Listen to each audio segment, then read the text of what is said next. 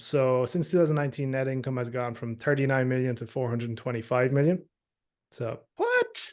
more nearly 11xing your profits is always going to Come help things. on. That's that's amazing. Actually, I did not expect you to say that. Okay, keep going. What Yeah. else is And happening? it's funny, you can track the net income and stock price Yeah, almost to a T right. Right. in the space of Are 5 years they're as well. kind of in lockstep, are they? Pretty much, yeah. That's interesting. So Hmm. you're going your bottom line at a CAGR of 25% a year.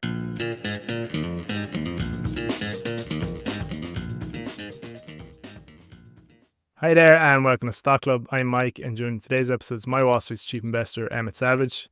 We've spoken on the podcast before about cloud-based unified communications. Basically, it's a technology that integrates various communications and collaboration tools into a single system. These tools typically include voice, video conferencing, instant messaging, email, file sharing, all that good stuff. Everything we use in business, basically. According to a Covell Group report, cloud-based unified communications penetration in Ireland is currently at 44%. That is expected to double in the next 5 years. So as it happens, our friends at Vodafone Business Ireland and Ring Central, which is also an NYSE listed business, announced the launch of Vodafone Business UC with Ring Central for organizations of all sizes in Ireland. This is huge for business. Already available in Italy, Spain, Portugal, Germany, and the UK, this solution allows businesses to facilitate seamless communication and collaboration from virtually any device, anywhere, at any time. With this offering, Vodafone Business Ireland and RingCentral are helping businesses adapt to the evolving landscape of hybrid work. Now, let's dive into today's episode.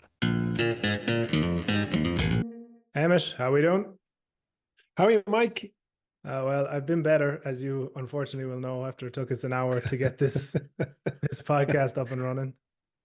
Look, Mike, when you eventually hit my age, you should be at a place where Zen, you're in a river of Zen, and I hope you can take a little something from that because technical problems are all part of our remote working life. We all have to be a CIO, a chief information officer. I mean, Yeah, that's just the way it is. let me know about that river then. I need to go for a dip soon. But anyways, apart from my internal ministrations, we'll get into the show. But we haven't talked about Boeing in a while. No. No, What did they crash at? What have they crashed this week? What's gone wrong? a spaceship, of course. Why? What else would Oh they? yeah. What else Yeah. would go wrong? So have you They've seen left this story? five lads up. Yeah, five folks are trapped up in the sky, isn't that right? It's only two, in fairness. So Oh, it's well then that's fine. this Actually, is no, a what I was classic reading spin was doctor. yeah, exactly. Actually, there's only two. There's nothing wrong with that. Yeah, what happened? So basically, two of the bravest people in the world going into space with Yeah. Boeing after all this stuff is happening. But they went up on a starship called the Boeing Starliner. They're supposed to be on the ISS for 9 days, and their return has Yeah. been pushed back because basically the thing is bust up. Ah, There's like a leak, and five of the thrusters aren't working, and I don't know.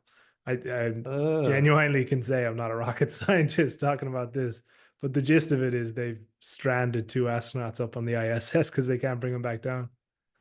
And I was reading that they might use SpaceX's Crew Dragon as an emergency alternative. You can imagine the indignation if you had to ring Elon and go, "Look, really sorry, can you help bring our guys back down?" Not even that. Just imagine how smug he would be too. Oh, stop. Off.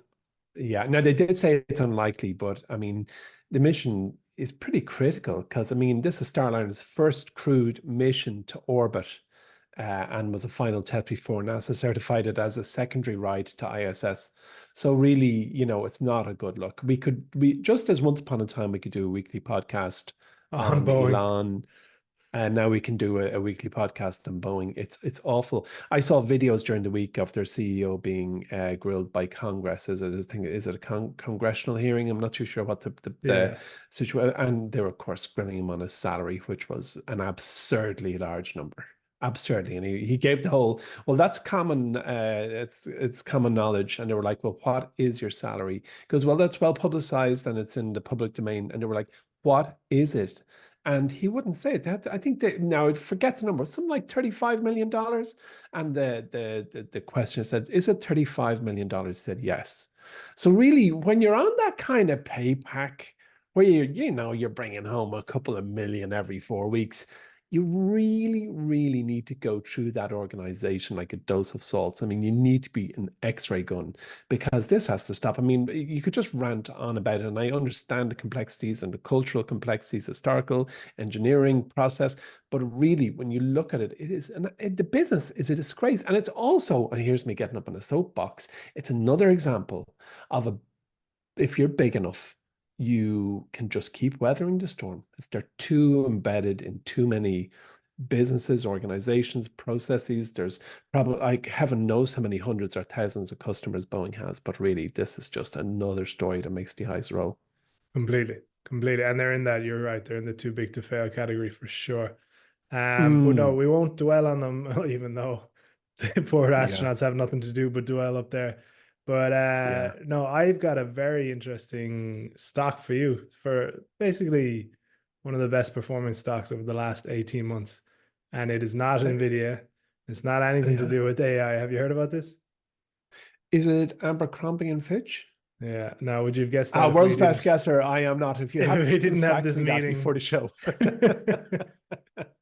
But Okay, yeah, right. Okay, so Mike, tell me about Abercrombie and Fitch. Is there anything specific over the last 18 months you need to tell us? oh yeah, they set up new data center servers with AI connection, and that's what really pivoted the business. But What? no, yeah, don't worry. So that there's no money in that. They've been No. lapping Nvidia for the last 2 years. It's best performance stock in the S&P last year, and it's only gone up since in 2024 as well, which is madness. Now Um, hold on, I have to hit pause for one sec. I think I know what Abercrombie and Fitch do, but as I already mentioned, I have a lot of grey hair and it's starting to thin. So can you just tell me in 30 seconds or less, what are they known for? So this is a very generational brand, I would say. Now, Mm. like it's just a clothing Hmm. company basically, but listeners of Yeah, my vintage will know all about the importance of getting that fresh Abercrombie or Hollister polo yeah, before the junior disco. They right. used to be a bit of a black market item. With one of your rich mates would go over to the States and he'd come back with the suitcase full of it and start selling Totally. it. They were the Gap, our Gap's successor. So Gap were the brand for the mass market in probably 90s where everyone had a Gap hoodie, and it felt to me like Abercrombie and Fitch just came in and kind of took that position, if you like. Yeah. Yeah, I'd say it actually lost some of its sheen when it opened in Dublin. So I think it opened in Dundrum whenever, Yeah, 2008 or 9 or something like that. And if you've ever been in any of the Hollister or Abercrombie shops, it's a real sensory overload. It's like a dark rave. yeah, The music is blaring, except all you can smell is like really, really strong perfume and aftershave. It's yeah, very interesting. That was way back in the day, anyways, but it was a very interesting take on retail, we'll call it that. But yeah. Agreed. it's had a really interesting journey since then. So when I was whatever, 14, 15, it was the be all end all. And it was very much advertised to teenagers and there was so much fad, I suppose, around it. Mm, Um, but what was behind that was basically an awful culture. So a lot of it stemming from the former CEO, Mike Jeffries. So yeah, it's very important to note here for what I'm about to say after is that Mike Jeffries is no looker himself, okay? But right. he came out in 2013 to Business Insider and he basically said they don't want ugly people in their clothes. That's And why this I've never been allowed into the shop. But this They're like, this you attitude people. wasn't just one person or one off the cuff remark. It was actually part of the company's brand identity. They'd only hire good-looking people to work in the shops. They didn't make Mm, plus size clothes. They faced a number of lawsuits, pretty serious stuff. mm. They forced people of color or people with disabilities to work in the back of the shop away from customers. There's What? actually the subject of a lawsuit that went all the way to the Supreme Court. They refused to hire a woman with the hijab. Oh So my it was goodness. it was I a never heard any of this. I knew he was a bit like a man from Lululemon, Chip, yeah, whatever his name is. like We on don't want any steroids. fat people. Yeah. Right. Okay. Okay. So So how did it, it play out? it was a complete mess. Basically, the brand obviously lost any sort of modicum of respect. It was actually voted America's most hated retailer in 2016. So Wow. yeah, obviously not good for business. The No. stock hit a nadir in about 2017. It fell below $10 a share. But since 2018, 2019, there's been a huge turnaround in the company's focus. It's targeted an older demographic, which is actually, ironically, the same people who would have made it popular when they were teenagers. It's now hitting them again with their styles. Does that make sense? So kind of Mm. like Oh, it does. I don't doubt it. I mean, there's, middle to I, young millennials, I suppose. yeah. So the people who made it popular back then are actually bringing it back now. So you Um, heading into Abercrombie to get some fresh threads for your for night on the tiles or whatever it is you young folks say. Yeah, well, not me personally, but like it would be targeting my demographic, I suppose. Yeah. And it's interesting how specific they've got in terms of this targeting or appealing to this audience. So I took this from an article from Fastco. Mm. So I'm reading here. Abercrombie has spent the past 5 years studying the lifestyles and psychologies of today's 20 somethings. They're starting their life. This is Corey Robinson, who was head of merchandising in 2018. So he worked for the company for 10 years, but he kind of got given the turnaround keys, we'll say. So they're starting their life, they're on their way to successful careers, but they're not defining success in the same way that older generations did. They live for the long weekend where they're planning brunch with friends or going to a friend's destination wedding. And what I like about this Nice. is that so clearly defining a very specific demographic. We know Totally. exactly what we're going after. And the results speak for themselves. Like it goes beyond just a more mature line of clothes. It's nothing too trendy, nothing too trendy. It's kind of elevated classic, so it's not as faddish, I suppose, as it was. But more importantly, it's turned around the culture as well. It's gone from not making plus size clothes to making a line of jeans for curvier people, basically called Curve Love. And Curve Love Mhm. has become so popular, it's actually responsible for half the company's total denim or jeans revenue now Wow. for a Wow. brand that's known for selling jeans. So it really took a step back and completely shifted its focus. It targeted different demographics, but it also completely changed the culture from one that was clearly toxic to one that is very much inclusive and embracing people at a certain stage in life, but in general, doing away with the bad it's done in the past, if that makes sense. So it's Yeah. it's, it's a Yeah, very it does. interesting company. Yeah. Well, I mean, we're in an age where a business just cannot be tolerated and we cannot endure or grow if it isn't tolerant, if it isn't open, if it isn't inclusive. It is the world's theme of 2024. Thankfully, the world is getting more inclusive. And I think that the old school of judging people for who they are, how they look, where they came from, what they believe in is certainly in my line of sight.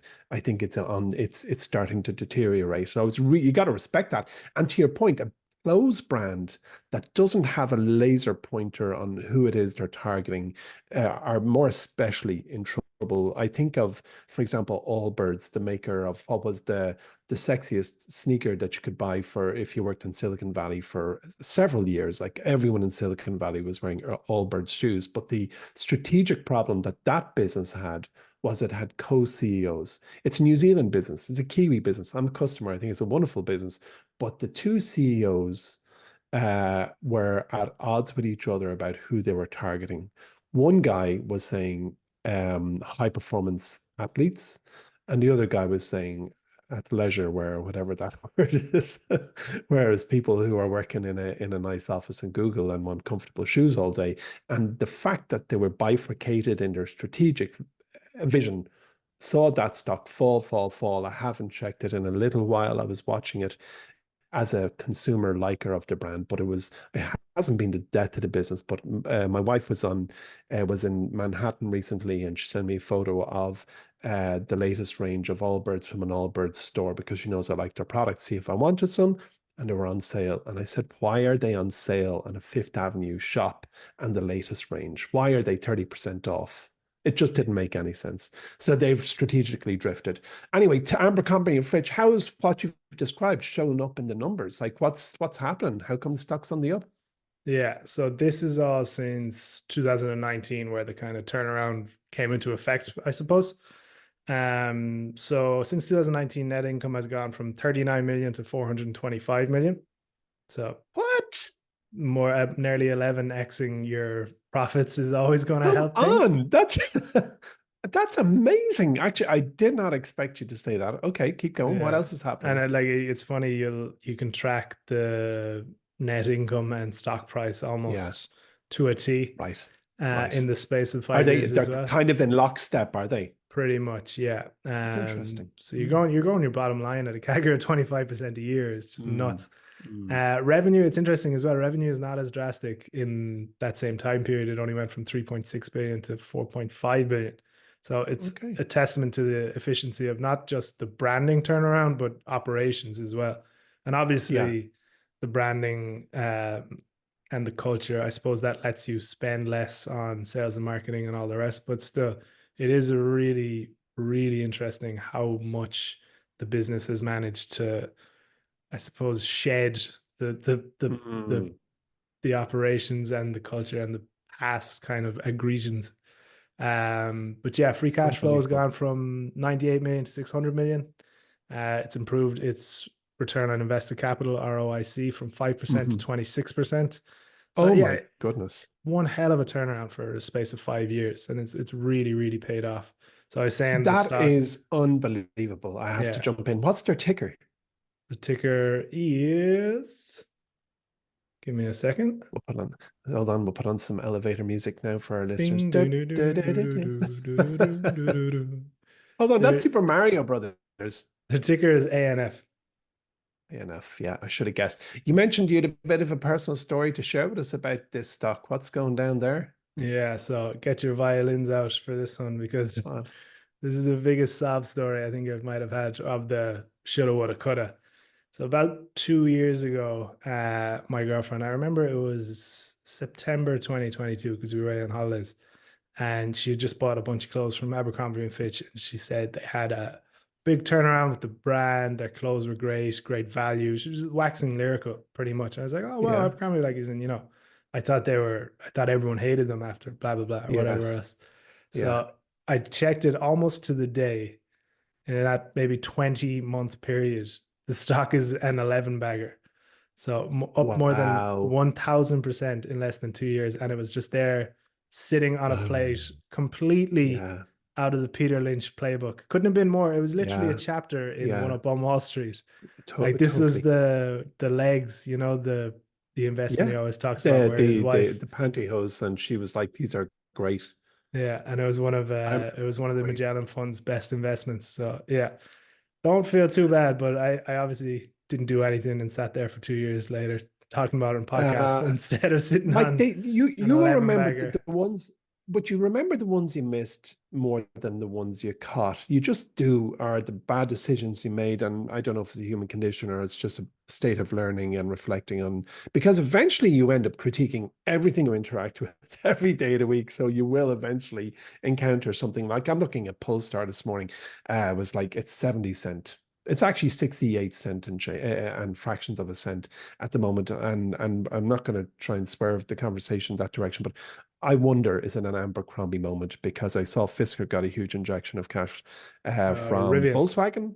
Or Rivian, I Yeah, meant to yeah. say, yeah, from, and I thought, okay, so the parental brands are not letting their kind of golden children die, or at least in that case they're not. And I think Geely or Geely, however you pronounce it, won't allow Polestar to go under. It's $1 billion brand at the moment, and I really think it's going to survive. Anyway, look, Mike, let's keep going. I want to give you a sneak peek, if you don't mind, because Please. um, today I'm going to pitch in Horizon, a new stock that Anne Marie called me up one Saturday evening to discuss. I mean, as you and I both know, like that girl, she's like the Eye of Sauron, or whatever his name is in Lord of the Rings, the big flamey red eye lad who looks across the earth.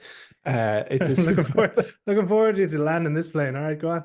No, no, no. You know the way that the all-seeing, like Anne-Marie seems to have these kind of all-seeing tentacles Okay. across the investment world, and it's a superb business that's backed for like $10, like everything else did, and it's in the gutter now, like virtually all the other specs. But it's growing a hidden element of their business so fast that it now accounts for more than half of the revenue.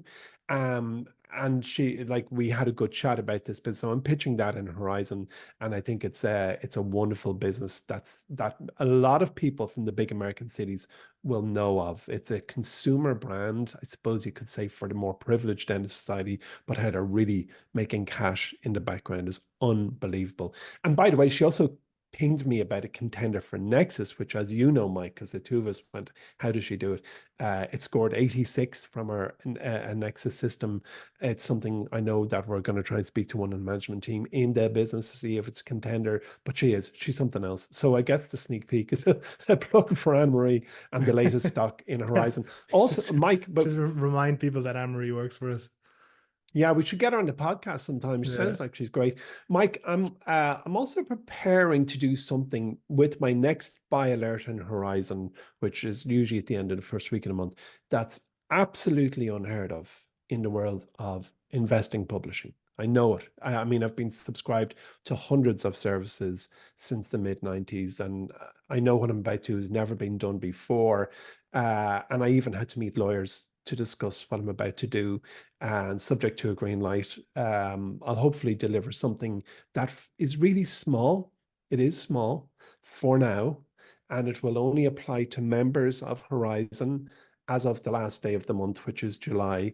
And I think it will cause a pop of delight. I hope it does. I've called certain changes I've made in the service in the past wrong, but I'm pretty certain no one can argue with this as something unique, special, and hopefully transformative. So anyway, that's a real sneak peek, very veiled. I know you know what it Yeah, is, I but know that's what my it best. is. I was like, Yeah. yeah, you've been doing a while to Right. figure that out. Okay, moving on then. What are Right. we looking at? Well, I was looking at Netflix, and Yes. yes, they unveiled this new thing called the Netflix House, and it Yeah. has two locations. Yeah, Out yeah, of I love this location, King of Prussia, Pennsylvania, yeah, and yeah. Galleria, Dallas, Texas. Talk to me about this. Is this kind of the first steps towards a Disneyland style Yeah, kind look, of? before we go there, have you heard of King of Prussia before? I mean, it's a completely new place to me. Like I like that. I'd say it's great if you've a Prussian sounding name and you come from King of Where is Prussia. Prussia? Well, Prussia was kind of Middle Europe as far as I know. It kind of was. It was part of well, it was an empire, and it kind of had Hungary and perhaps the next door neighbors, maybe a little bit of Austria, maybe a little bit So of is this maybe what like the Soviet Union was trying to recreate, was it? yeah. Well, hold on a minute, Mister. Don't you be putting me on a history podcast. But Sorry, I I'd shouldn't love be to. asking questions. I have But no hold on, clue the answer I'd to love this. to have a Prussian sounding name like Alfred von Hohenberg, King of Prussia, and they go, "Oh my goodness, you the King of Prussia?" No, no, I just live in King of Prussia. Just I live in from a trailer. Pennsylvania. I live in a trailer in King of Prussia, but I have a Prussian sounding name, and then I always say King of Prussia. Anyway, look, so as we were recording our podcast last week, Netflix was quite busy unveiling more details about this permanent retail destination that was actually first announced about 8 months ago. And the first two next Netflix houses, as they're calling them, will open in 2025, which, as you said, are in Dallas, Texas, and in Pennsylvania, in the town of King of Prussia, which is 15 miles outside Philadelphia. Well, as it happens, the initial Netflix house will open in what they're telling us is two of the most popular shopping centers in America, the Galleria Dallas and the King of Prussia Mall, and will take over the sites of these of former department stores, which in typical American style will provide over 100,000 square feet of space. Now, I say that with emphasis as if that's impressive. I don't know how many square feet they have in Disney, but I have a funny feeling it's a It's lot more than more. 100,000. 100 million square. I have a feeling But it I might be a little more. yeah, I know. Well, I think it's quite interesting because it's specifically interesting to open in shopping centers, or Yeah. at least to begin with anyway, because it will resonate with stranger things, fans, because those who watched the show remember that season 3 featured this 80s themed, I think it was called the Starcourt Mall. Yes, I yes. watched the show with my sons, and they've recreated the inside of that shopping center, and which I think has since been torn down. So I guess if you want to go and have that experience, you got to go to Netflix place. So you have to imagine that's going to be part of the experience, but details on exactly what they're going to do in there to draw fans, they're not forthcoming at the moment in great detail. There's a nice YouTube video on the Netflix website that shows some of the concepts, but come here to me. Let me just read. I have it open. How they described it on their blog, and I think it's kind of fun. It says, "Imagine waltzing with your partner to the orchestral cover of a Taylor Swift song on a replica of the Bridgerton set, and then walking around the corner to compete in the Glass Bridge challenge from Squid Game. After pretending to fight for your life, you've worked up an appetite and want to get a bite. You see a nearby restaurant with food inspired by Netflix shows from around the world. The meal is memorable, but you still want to buy some Stranger Things merch. Luckily, there's a shop, blah, blah, blah, blah." It goes on and on and on. And honestly, I can't imagine a more pop culture mega brand opening paragraph. I mean, there's something in that for everyone. I mean, from Taylor Swift to snacks. No, completely. And like they do have those immersive shows that people can get obsessed with, and that really important IP. Like Bridgerton's a good example. And I think they have stuff like traveling kind of not shows per se, but events called like Bridgerton balls that are quite popular. Oh, So you could see there's demand for there, but beyond like just the Bridgerton make believe, do you know what I mean? This is an yeah, excuse to just wear corsets and fancy dresses. yeah. What in your opinion, what's the long-term strategy behind it? Well, the first thing I'll say is that Netflix has really provided a 20-year masterclass in strategic disruption. I mean, no one could argue against that. I asked GPT before the show to remind me of Netflix's main strategic milestones, and it threw out a good few, but I kind of shortlisted 7 here, and I just run you through the 7 because I think the opening of Netflix House is a strong contender for number 8. So the first was they introduced a subscription service in 1999, introduced streaming in 2007. Then they started their global expansion in 2010. They started in Canada.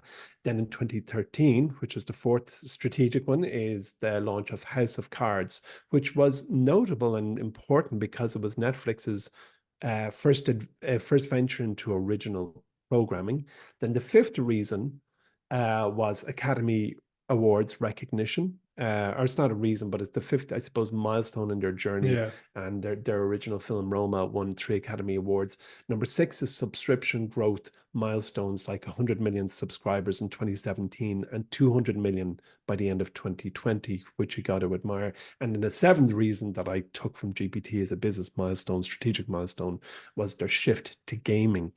And in 2021, and I'm sure we discussed it here in the podcast, Netflix announced it's moving into video gaming, which we could talk about again at length. And Netflix today is about 10 times the size of Take-Two, the makers of, or the owners of Rockstar, makers of Grand Theft Auto, which I think they'll acquire. And Bill Mann said as much at the Horizon event last November. He seeded that thought in my mind. So you can see now that they've put the Grand Theft Auto into their apps and their mobile apps. You can see they're palling up to each other. So they're the 7, if you like, arguably strategic milestones. Maybe Oscars isn't a strategic milestone, it's certainly a business milestone.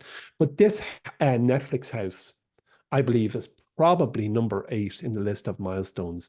I mean, like, speaking of Taylor Swift, like, why do her fans yearn to see her in the flesh? And this era's tour, it's off the hook. It seems to be in my line of sight everywhere I look. And or why in 1979 did Pope John Paul II's visit to Ireland entice 2.7 million people to attend events around country, and you and I, Mike, know 1979, that was nearly everyone in the country. I was up on my dad's shoulders in the Phoenix Park. Yeah. All I remember is having a flag and looking at it, because seriously, there was 1.25 million people in a park in the 70s when audiovisual tech was basically still kind of closer to the Stone Age than it is to 2024.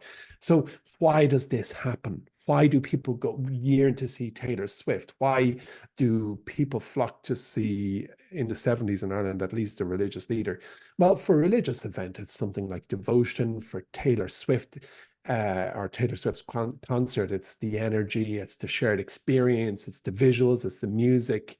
And then for giant brands, like whether it's Abercrombie, as we discussed, or something like Apple or Disney or whatever, it's the trust, it's reliability, it's quality, it's how we're seen by others, and so on. But for all of these things, whether you're going off to see the Pope in the Phoenix Park in 1979, or going into Abercrombie to get the latest fresh threads because you're 30 and you want to be cool again, or because or you want to see Taylor Swift live, it's all down to one thing, I argue, which is the power of emotional connection.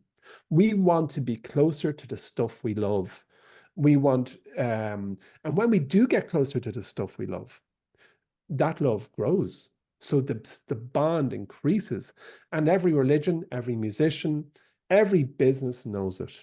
And Netflix is about to unlock that, because they have enough brands, they have enough brands to explore what I regard, I suppose, as a contemporary Disney World. So it's not, of course, as big as Disney. And your question said something about Disney. I've waffled on for so long, I've almost forgotten the question. Yeah, me But waffling, go on.